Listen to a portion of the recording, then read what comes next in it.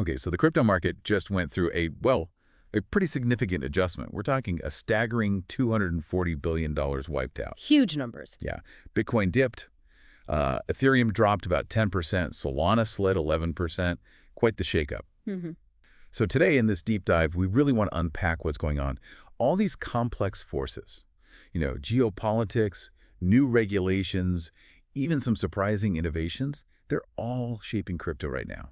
And that recent dip, you're right, it was definitely influenced by those U.S.-Iran geopolitical tensions. We saw that ripple everywhere. Right. But what's really interesting, I think, for you listening, is that even with all that turbulence, you have these strong counter-narratives. Resilience, growth happening at the same time. We need to look at both. That's a great point. Because, yeah, we saw those immediate price drops, Bitcoin, Ethereum, Solana, like we said. It's easy to just focus on that daily noise. Very easy. But here's where it gets kind of counterintuitive and really interesting. Despite that market dip, Bitcoin actually saw, $400 million in ETF inflows? That's right, $400 million. Which, for many people, probably seems completely contradictory. A market in turmoil, but money's flowing in. What's that telling us about maybe the long-term view or who's getting involved now? Well, that's a critical piece of the puzzle, seeing $400 million flow into Bitcoin ETFs. And remember, an ETF is a traditional investment tool. It signals a pretty fundamental shift. Okay. It's not just, smart money maybe buying a dip. It really suggests that major institutions are actively bringing crypto into their larger portfolios. They're starting to see it as a legitimate long-term asset, even with the short-term bumps. So less about quick flips, more about strategic positioning. Exactly. It's a huge vote of confidence. It shows the market is maturing, maybe building a more resilient floor than we've seen before. And speaking of legitimacy, that brings us to regulation. Yeah. That's another huge factor, right? We saw the U.S. Senate pass the Genius Act recently.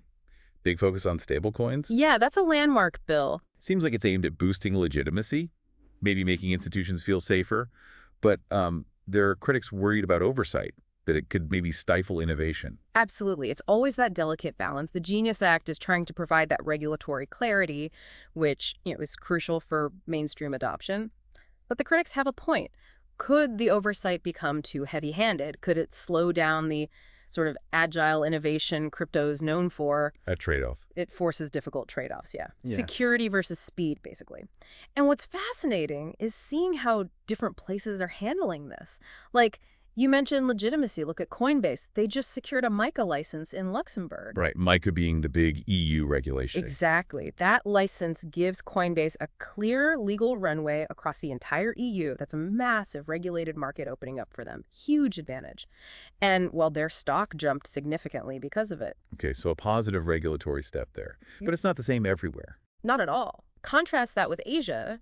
Thailand's SEC, for example, just targeted unlicensed exchanges like Bybit, telling them to shut down operations. Wow. And it's not just Thailand. It feels like part of a broader trend in the region, more of a crackdown. So the global picture on regulation is very fragmented. Right. So this mix of regulation and institutional interest, it's not hitting the whole crypto world evenly. We're seeing different stories in different corners. Definitely. I mean, France exploring nuclear-powered Bitcoin mining. Yeah. That came up at BTC Prague.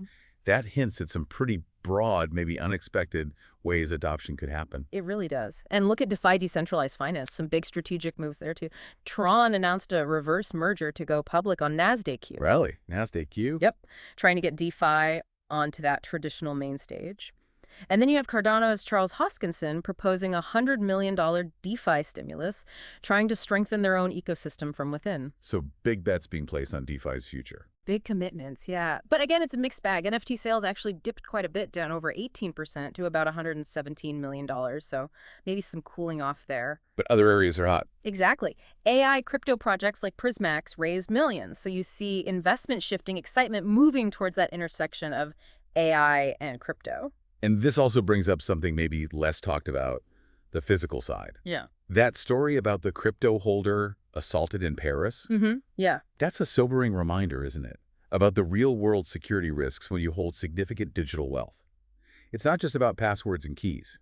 It's a critical point. And then, on the complete other end of the spectrum, you still have that extreme speculation. Connection Networks pre-sale hyping a, 17,600% potential surge. Wild numbers. Yeah. And boasting 1.4 million transactions per second. Right. And for you, the listener, while those numbers sound incredible, it's just crucial to look past the hype. Is it technically feasible? Is it sustainable? Always need that critical eye. So wrapping this all up, it's complex. We've got the volatility, the geopolitical jitters, these varying regulatory approaches, but also constant innovation, and crucially, that strong institutional interest seems to be sticking around. It does. It almost points towards a maybe surprisingly bullish outlook for crypto heading into 2025, despite the recent bumps. Which leads to a really interesting question, I think, for you to ponder. With all these ingredients in the mix, geopolitics, fragmented regulation, rapid tech innovation, what fundamental shift might we see in crypto's actual identity?